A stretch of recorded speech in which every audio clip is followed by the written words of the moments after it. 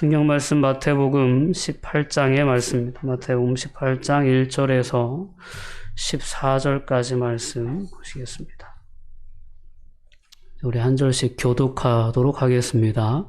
그때 제자들이 예수께 나와 이르되 천국에서는 누가 크니까?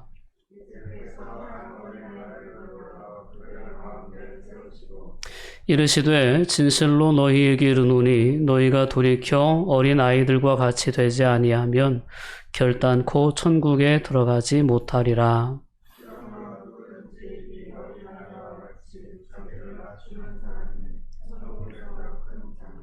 또 누구든지 내 이름으로 이런 어린아이 하나를 영접하면 곧 나를 영접함이니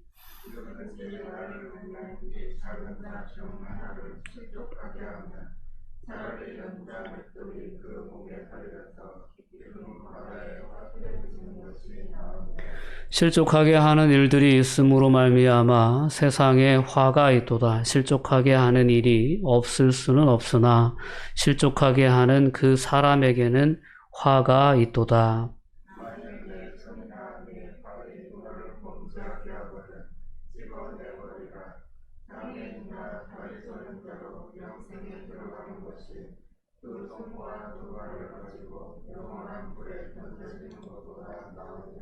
만일 내 눈이 너를 범죄하게 하거든 빼어내 버리라. 한 눈으로 영생에 들어가는 것이 두 눈을 가지고 지옥 불에 던져지는 것보다 나으니라.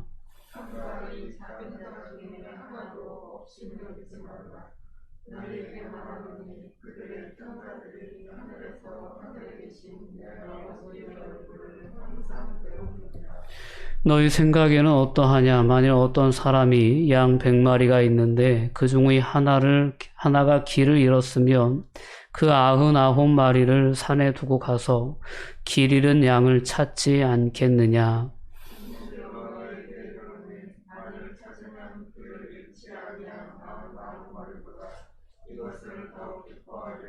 이와 같이 이 작은 자 중의 하나라도 잃는 것은 하늘에 계신 너희 아버지의 뜻이 아니니라. 아멘. 네, 하나님 나라의 백성들은 어떠한 사람들이어야 될까라는 주제를 가지고 오늘 말씀을 돌아보면 겸손과 신뢰의 사람이다라는 결론을 얻게 됩니다. 오늘 본문의 말씀을 함께 나누면서 다시 한번 우리의 신앙생활을 점검해 보면서 진정으로 하나님 앞과 사람 앞에 겸손한 자로 우리가 서기로, 그리고 전적으로 하나님만을 신뢰하는 그러한 삶을 결단할 수 있는 은혜가 있기를 바랍니다. 자, 하나님 나라의 백성들의 개인적인 자세, 가장 기본이 되는 자세가 있다면 바로 겸손이라는 자세입니다. 오늘 어린아이의 교훈을 통해서 예수님께서 제자들에게 가르치시고자 하셨던 그러한 모습이 바로 겸손한 모습이었습니다. 어린아이와 같이 되지 아니하면 결단코 천국에 들어가지 못하리라 말씀하신 후에 그 뜻이 어떤 의미인지를 바로 그 다음 구절에서 설명해 주십니다. 누구든지 어린아이와 같이 자기를 낮추는 사람이 천국에서 큰 자니라 라는 것입니다. 오늘 본문의 시작은, 이 이야기의 시작은 제자들의 질문으로부터 시작됩니다. 제자들이 예수께 나와 한 가지 물음을 묻는데 그 질문은 바로 천국에서는 누가 큽니까? 라는 그러한 질문이었습니다. 이 질문에 담겨져 있는 제자들의 의도를 우리는 잘 알 수 있을 것입니다. 앞서 가이사랴 빌립보에서부터 그리고 변화산에서 내려와서 이제 간질병 환자를 고친 직후에도 두 차례나 예수님께서는 자신이 걸어가야 할 그 메시아의 길이 십자가의 길이라는 사실을 분명히 제자들에게 말씀하셨습니다. 그럼에도 불구하고 오늘 본문 1절이 담고 있는 제자들의 질문 안에 담겨져 있는 의미는 천국에서 누가 크니까? 라는 이 질문의 의도는 메시아의 왕국이 이 땅에 임할 때 그때 우리 12제자 중에 누가 가장 높은 자리에 앉겠느냐라는 그러한 질문과 같은 질문입니다. 동일 본문을 다루고 있는 마가복음에서 보면 오늘 마태복음에는 그 장면이 빠져 있지만 그들이 노중에서, 즉 예루살렘으로 올라가는 그 과정에서 누가 큰지 제자들끼리의 서로의 다툼이 일어났다는 사실을 보도하고 있습니다. 자, 그런 다툼이 있은 후에 제자들은 예수님께 나와서 누가 크냐? 천국에서 누가 크냐? 그들이 이야기하는 천국은 메시아의 왕국입니다. 정치적인 왕국이죠. 민족적인 어떤 그러한 독립을 하는 그러한 왕국을 의미합니다. 그러한 나라에서 누가 과연 높은 자리에 앉을까에 대한 것이 여전히 제자들의 관심사였다는 사실을 보여주는 것이 바로 오늘 1절에 나오는 그 질문입니다. 그 질문에 대한 대답으로 예수님께서는 아주 직접적인 비유로 어린아이 하나를 데려다가 앉혀놓고 누구든지 이 어린아이들과 같이 되지 아니하면 결단코 천국에 갈 수 없다라고 그렇게 말씀합니다. 그렇다면 이 어린아이와 같은 것이 무엇이냐? 그건 바로 어린아이와 같이 자기를 낮추는 데 있다라는 것이 분명한 예수님의 의도였다는 사실을 우리가 깨달을 수 있기를 바랍니다. 예수님은 자기를 낮추는 자가, 즉 겸손한 자가 하나님 나라에 합당하다라는 말씀을 해줍니다. 누가 큰지를 이야기하기 전에 야, 그 나라는 누가 크고자 하는 사람들이 갈 수 없는 나라다. 그 나라는 자기 자신을 낮추는 자들만 갈 수 있는 나라다. 누가 큰지를 논하기 전에 먼저 너희가 그 나라에 합당한지를 살펴야 될 것이다. 라는 그러한 취지의 말씀이라고 볼 수 있습니다.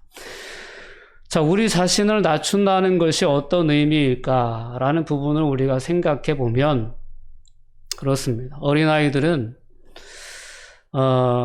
자기 의지가 없진 않죠. 자기 고집도 있죠. 그런데 어린아이들이 늘 절실하게 느끼는 게 뭐냐면 연약함이라는 주제입니다.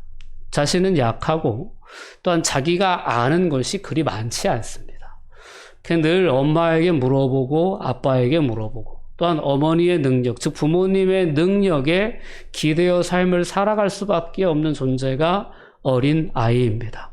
그 어린아이 같이 자기를 낮추라는 것은 하나님께서 우리에게 주시는 어떤 보편적인 메시지라고 볼 수 있습니다. 모든 인생들이 창조주이신 하나님 앞에 서는 자세는 바로 겸손이라는 자세여야 됩니다.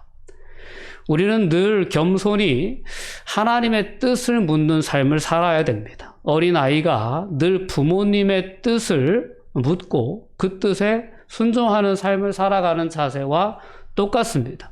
모든 이 땅의 그리스도인들은, 즉 예수 그리스도 안에서 하나님과의 관계가 회복된 모든 그리스도인들은 예수 그리스도께서 이제 우리가 마태복음을 통해서도 살펴보았지만 자기를 부인하고 십자가를 지는 삶에 대해서 그리스도인들, 예수님의 제자들에게 예수님은 요구하십니다. 이 자기를 부인하는 것과 겸손이라고 하는 자세, 즉 자기를 낮추는 자세는 결코 다르지 않은 똑같은 의미의 그런 가르침이라는 것을 깨달을 수 있기를 바랍니다. 진정한 겸손은 그렇다면 무엇이냐, 어디에 있냐? 그것은 나는 연약합니다라는 고백을 할 줄 아는 것이 진정한 겸손입니다. 저는 지혜롭지 못합니다. 저는 그렇게 유능하지 못합니다. 저의 능력은 안 됩니다. 부족합니다라는 고백을 하나님 앞에 솔직하게 할 수 있는 사람. 그래서 이러한 어떤 겸손에 대한 고백이 담고 있는 포괄적인 어떤 이 개념 가운데에는 회개라는 개념도 담겨져 있는 것이 겸손의 메시지에 들어가 있는 겁니다. 그러니까 내가 여태까지 내 의지로 살아오고 내 뜻대로 살아오고 때로는 우리 육신의 정욕을 따라 살아왔던 그 모든 삶의 방식들이 잘못되었다는 것을 인정하는 것이 진정한 겸손입니다. 내 삶의 모든 방식은 잘못되었고 그렇기 때문에 저는 전적으로 주님을 신뢰하고 주님의 뜻대로만 살겠다라는 그런 다짐이 이루어지는 것이 진정한 겸손의 내용이라는 거죠. 그 겸손이 담고 있는 것은 회개, 진정한 회개의 의미를 그 안에 담고 있다라는 것입니다. 하나님 나라는 도대체 누가 가냐? 천국엔 누가 합당하냐? 바로 예수님께서 말씀하셨던 것처럼 그 나라는 하나님을, 즉 예수 그리스도를 우리의 구원자로 믿는 자들이 가는 나라입니다. 믿음으로 가는 나라예요. 근데 그 믿음으로 간다라는 그 표현 안에도 어떤 고백이 담겨져 있냐면, 예수 그리스도를 믿는다는 것은 예수 그리스도를 나의 삶의 주관자로 영접해 드린다 라는 의미를 담고 있는 거죠. 우리가 잘 알고 있듯이.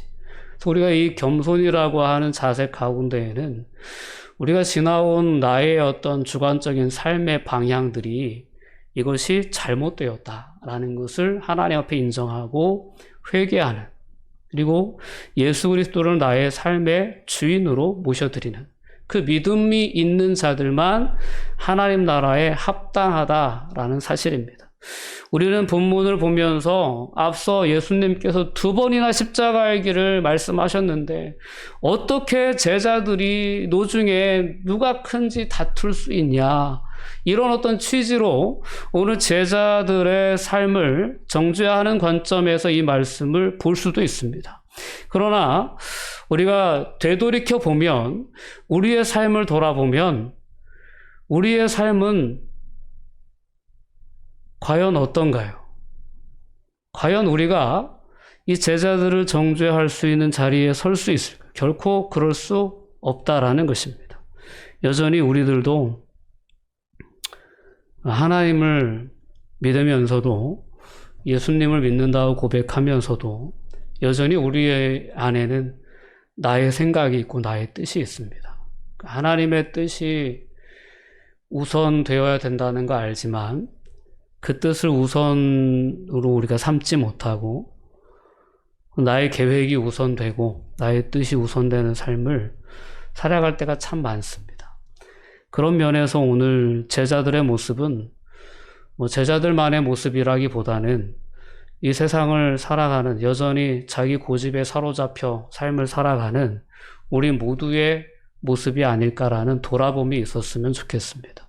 제자들에게 주시는 이 메시지는 그렇기 때문에 오늘 이 시대를 살아가는 모든 그리스도인들에게 예수님께서 늘 주시는, 늘 해주시고 싶어 하시는 그 말씀이 아닐까 생각해 봅니다. 다시 한번 오늘 본문의 말씀을 통해서 자기를 낮추는 사람, 이 사람이 어떤 사람인가?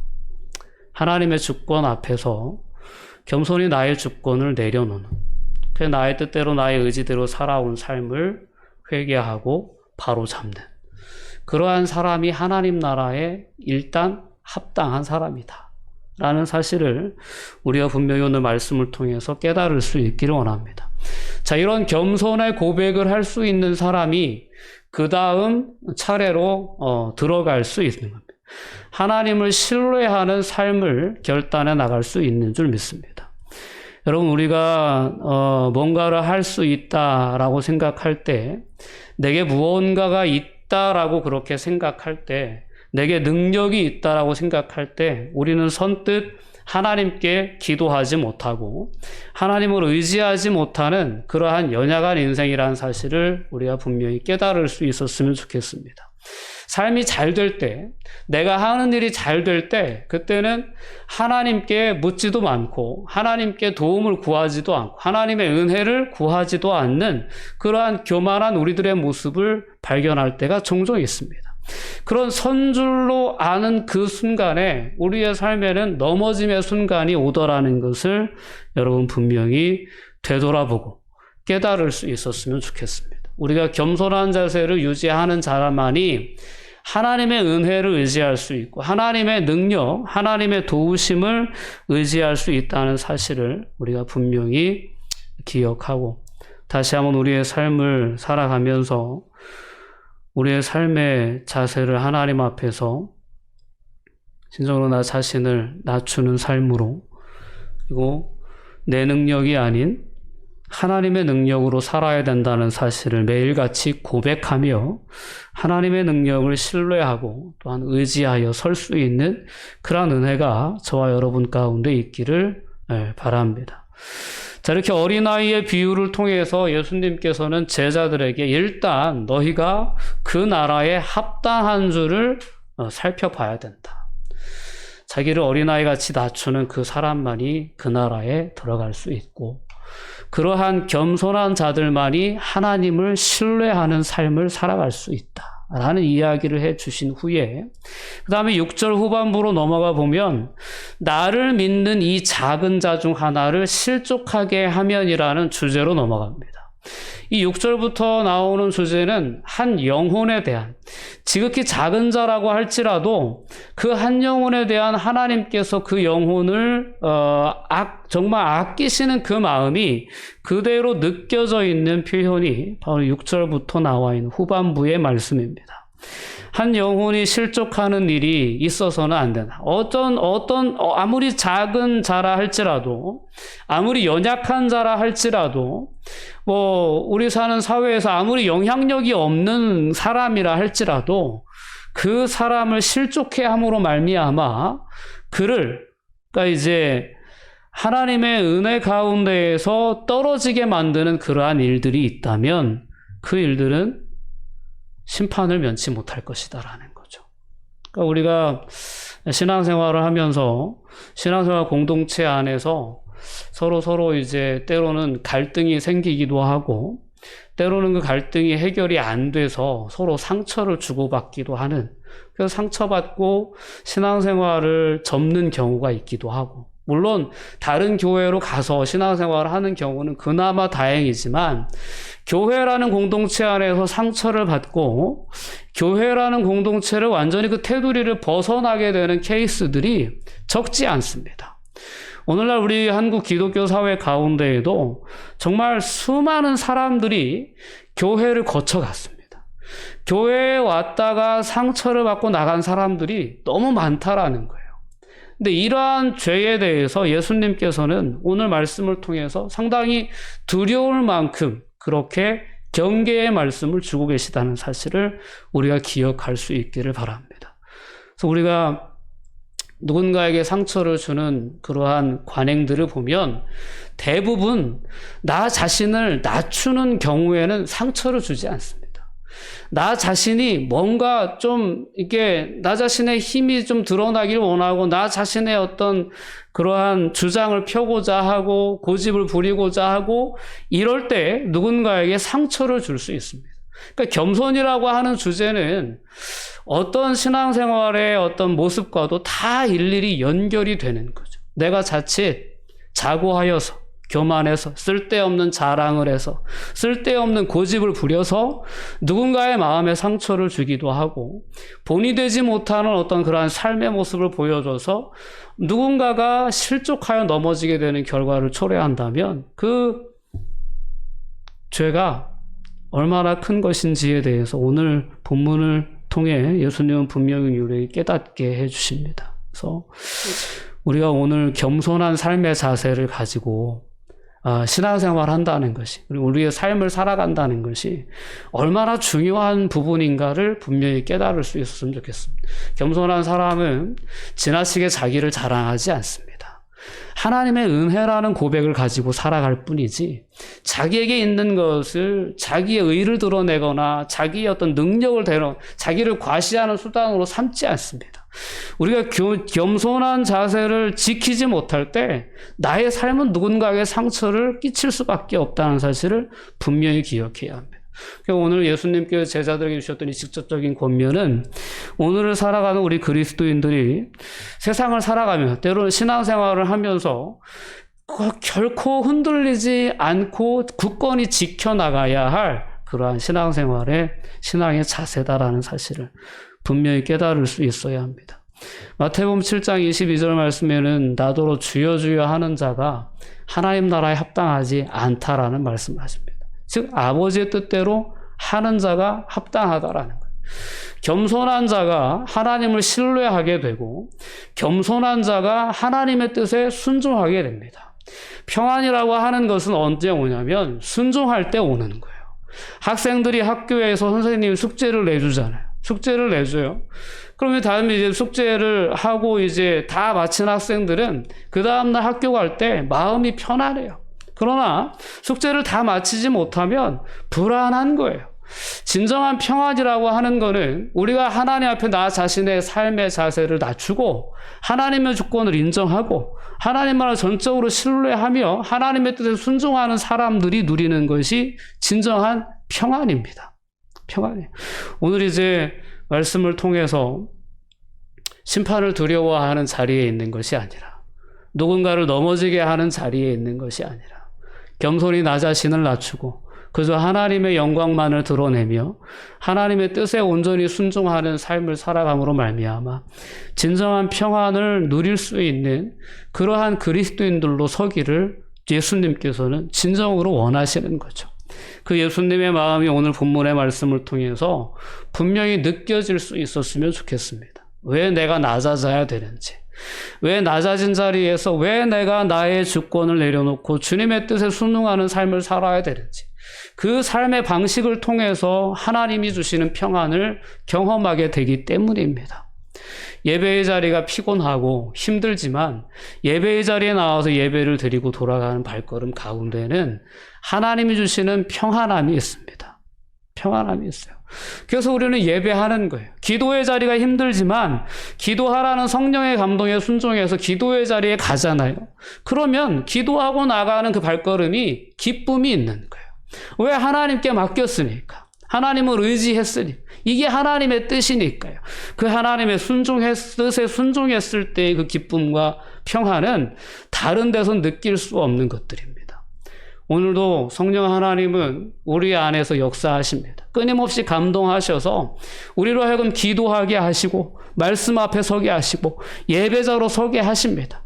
그러면서 그 순간들을 통하여서 우리는 하나님과 교제하고 하나님의 뜻에 순종했다라는 그 기쁨이 있고 평안이 있고 이러한 삶을 살아갈 수 있도록 오늘도 성령 하나님은 우리의 삶을 이끄시는 거예요. 우리의 생각과 우리의 마음, 모든 삶의 부분들 그 안에 예수님의 주권을 인정해 드릴 수 있기를 주님의 이름으로 권면드립니다. 그래서 주님께서 하십니다라는 겸손한 자세, 그리고 무언가의 열매에 대한 것, 주님의 은혜입니다라고 고백할 줄 아는 겸손한 자세, 그 자세로 우리가 사람과 하나님 앞에 설 수 있다면 이렇게 누군가를 실족하게 하는 일들은 없을 뿐만 아니라 그 일들로 인하여 우리가 심판을 두려워하는 일도 없을 것이고 더하여 주시는 놀라운 평안함이 우리의 마음에는 충만하게 될 줄 믿습니다. 그러한 방향으로 오늘도 우리 안에 함께 하시며 우리의 삶을 이끌어 가시는 성령 하나님의 음성에 우리가 보다 더 민감하게 반응할 수 있는 은혜가 있기를 주님의 이름으로 권면드립니다. 기도하시겠습니다. 사랑과 은혜가 충만하신 아버지 하나님, 감사와 영광을 돌려드립니다. 오늘도 예수님의 말씀을 통하여 신앙인의 바른 자세를 돌아볼 수 있게 해주시니 감사합니다. 저희 모두가 겸손과 신뢰의 사람이 되게 하여 주시옵소서.